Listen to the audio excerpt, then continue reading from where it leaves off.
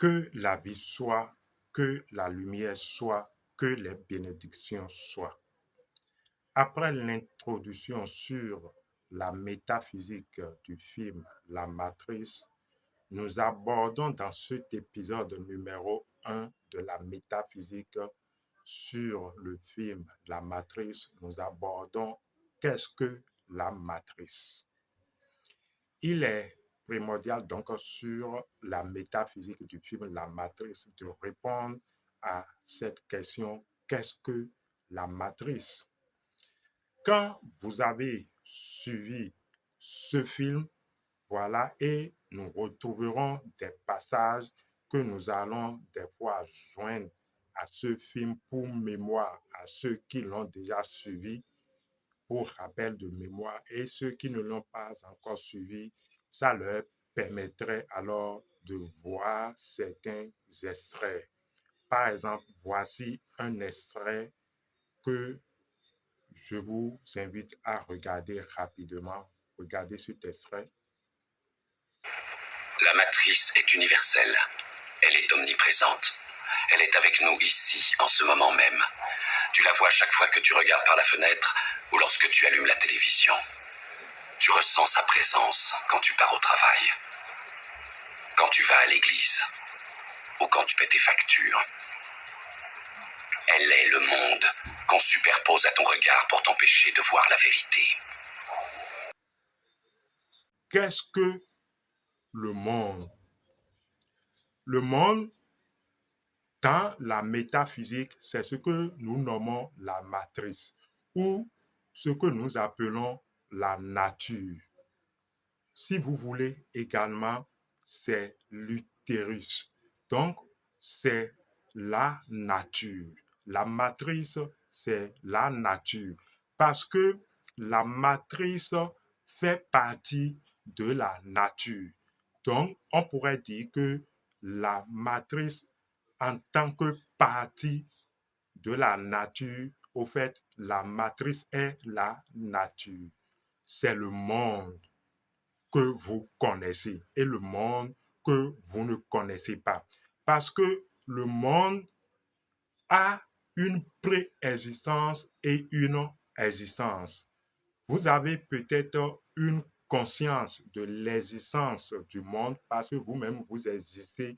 Vous avez une certaine conscience de l'existence du monde, mais peu ont une certaine conscience ou arrivent à appréhender le pré-existence du monde. Le pré-existence du monde qui aborde l'essence ou les principes du monde.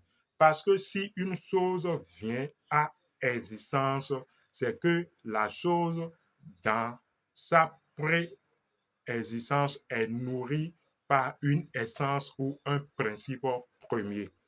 Beaucoup n'arrivent pas vibratoirement à cerner les principes. Mais retenons que quand on parle de la matrice, il s'agit du monde dans son aspect ou dans sa forme pré-existence et dans sa forme existence. Parce que quand on parle de la forme, nous allons y venir et vous devez savoir, et comme je l'expliquais déjà dans l'introduction, la forme première de toute chose ou de la vie est l'énergie. D'ailleurs, quand on parle du monde, on parle du spiritus mundi, c'est-à-dire l'esprit du monde. Vous voyez, on parle de l'anima mundi, de l'âme du monde, et on parle également de l'énergie du monde. L'énergie du monde qui n'est rien d'autre que dans la tradition initiatique égyptienne, le Ka. Vous voyez, donc on pourrait dire qu'il y a le Ka du monde, il y a l'âme du monde ou le Ba, et il y a l'esprit du monde ou le La ou La. Vous voyez, donc on a ainsi le Kabbalah. Il s'agit du spiritus mundi, de l'anima mundi et du Ka du monde. Vous voyez donc qu'il s'agit de l'énergie. Primordialement, il s'agit de l'énergie. Quand on parle de la matrice, on doit forcément faire ressortir l'énergie.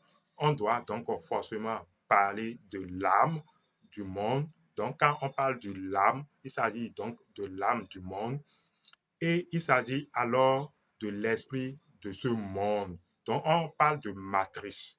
Vous voyez que vous êtes en train de rentrer dans un champ nouveau du film La Matrice. Et vous allez commencer alors par mettre chaque chose en ordre dans ce film. Et justement, ce film aborde forcément l'aspect initiatique comme nous le disons parce que ça aborde l'énergie. Or, les mouvements ascendants et descendants de l'énergie constituent quand même l'initiation du monde. Ça constitue alors l'initiation, le monde qui s'auto-initie. Or, comme le monde s'auto-initie, chaque partie du monde, donc de la nature, doit alors faire sa propre initiation.